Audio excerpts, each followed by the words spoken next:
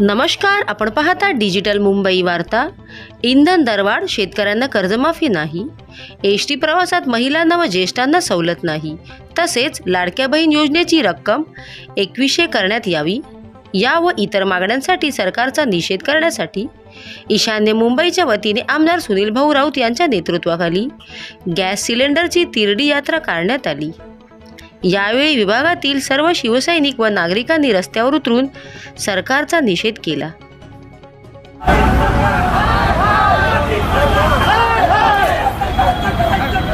मोदी सरकार हाय हाय हाय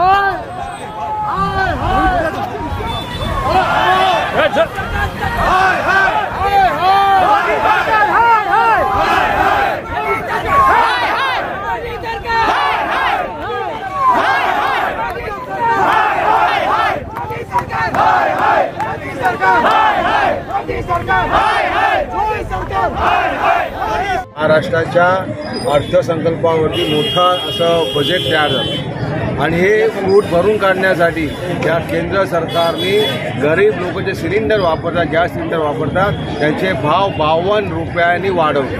आता 52 रुपये हे कसे परवडणार गरीब लोकांना? आणि त्याचा निषेध करण्यासाठी आम्ही सगळ्यांनी आंदोलन केलं। आज आम्ही सिलेंडरची तिरडी यात्रा काढली, आम्ही हायवेवर गेलो, हायवे बंद केला, आम्ही निषेध केला, या सरकारचा निषेध केला की हे भाव कमी करा आणि ह्या आमच्या गरीब जनतेला, गरीब आमच्या महिलांना 1500 रुपयावर काही महिलांना खुश केलं।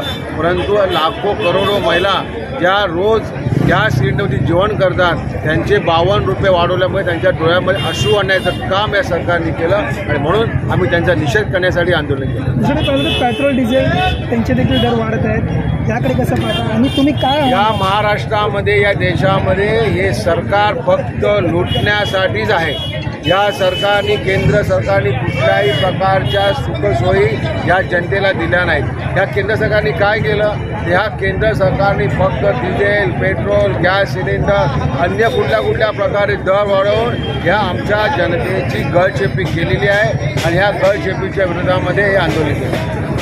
धन्यवाद।